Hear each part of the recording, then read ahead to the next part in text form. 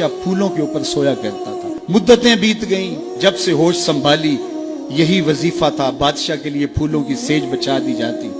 बादशाह के उस फूलों भरी सेज पे इस्तराहत करता।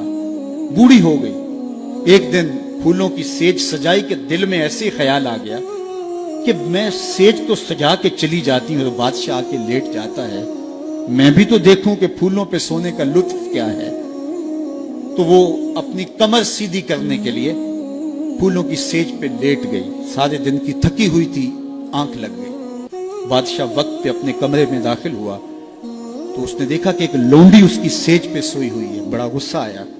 बादशाहों की गैरत होती है, उस गैरत की वजह से उसने जल्लाद को बुलाया, इसे उठाओ, उल्टा लटकाओ और इतना मारो कि इसकी जान निकल जाए, बाकी लोंडियों गुलामों को पता चल जाए कि बादशाहों की सेज कितनी मुकद्दस होती है।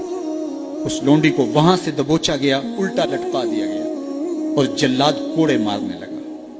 वो रोती, चीखती, चिल्लाती। अचानक रोते रोते उसने हंसना शुरू कर दिया। जब वो हंसी ना तो बादशाह ने जल्लाद से कहा, रुको और इसे पूछो रोती क्यों थी और इसे ये पूछो कि हंसती क्यों है। तो जल्लाद ने कहा कि क्यों रोती थी।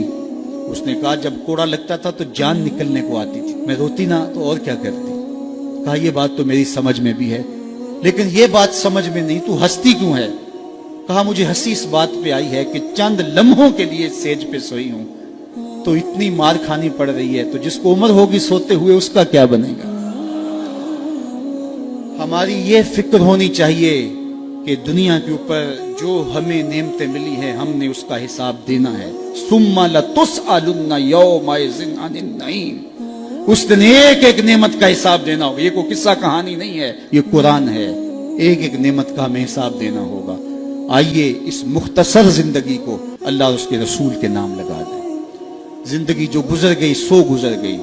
आने वाला एक एक लम्हा याद इलाही में बसर करने का अज़म करें। उनके साथ वाबस्ता हो जाएंगे, रसूल करीम के दामन से जुड़ जाएंगे तो यहां भी खैर है, वहां भी खैर है। और अगर उनके दामन से न जुड़ पाए तो फिर सवाए रुसवाई के और कुछ मकसूम और कुछ मकदूर नहीं है। आज का मुस्तफ़ाई इज्तिमा नौजवानों को, पूरी दुनिया को ऊपर सुनने वालों को यही मैसेज देता है कि हुजूर के साथ अपनी वाबस्तगी को, अपनी दिल बस्तगी को, अपने ताल्लुक़ के खातिर को मजबूत कर लो। अपना सारा कुछ हुजूर के नाम कर दो।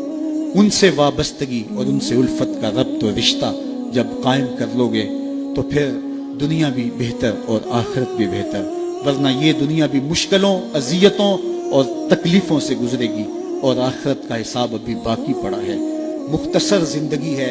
आइए अल्लाह के हुजूर सच्ची तौबा से अपने आखिरत के मामले साफ कर लें। एक आंसू से माजी के सारे गुनाह धोए जा सकते हैं। अभी सूरज मगरब से तुलू नहीं हुआ, अभी तौबा का दरवाजा बंद नहीं हुआ, उसकी रहमतों के दर खुले हैं। आज की तौबा कल की बेहतरी की जमानत और आज की डटाई कल के पछतावे के अलावा कुछ नहीं होगा। वक्त पर काफी है एक कतरा भी आबे खुश हंगाम का। जल गया जब खेत बरसा मी तो फिर किस काम का।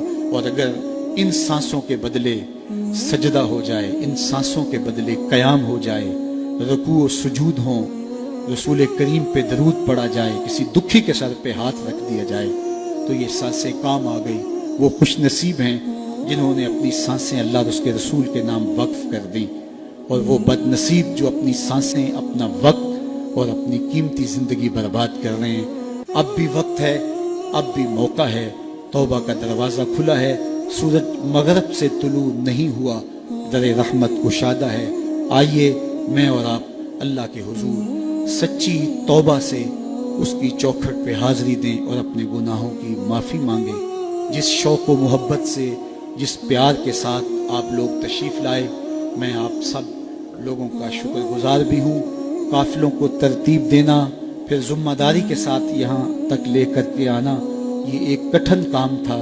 और इदारतुल मुस्तफ़ा के ज़िम्मेदारान ने पाकिस्तान के मुख्तलिफ़ शहरों में मेहनत करके काफ़िला साजी और फिर यहाँ तक उनके पहुँचाने में जो मुशक्क़तें सही, अल्लाह उसका उन्हें अजर अता फरमाए।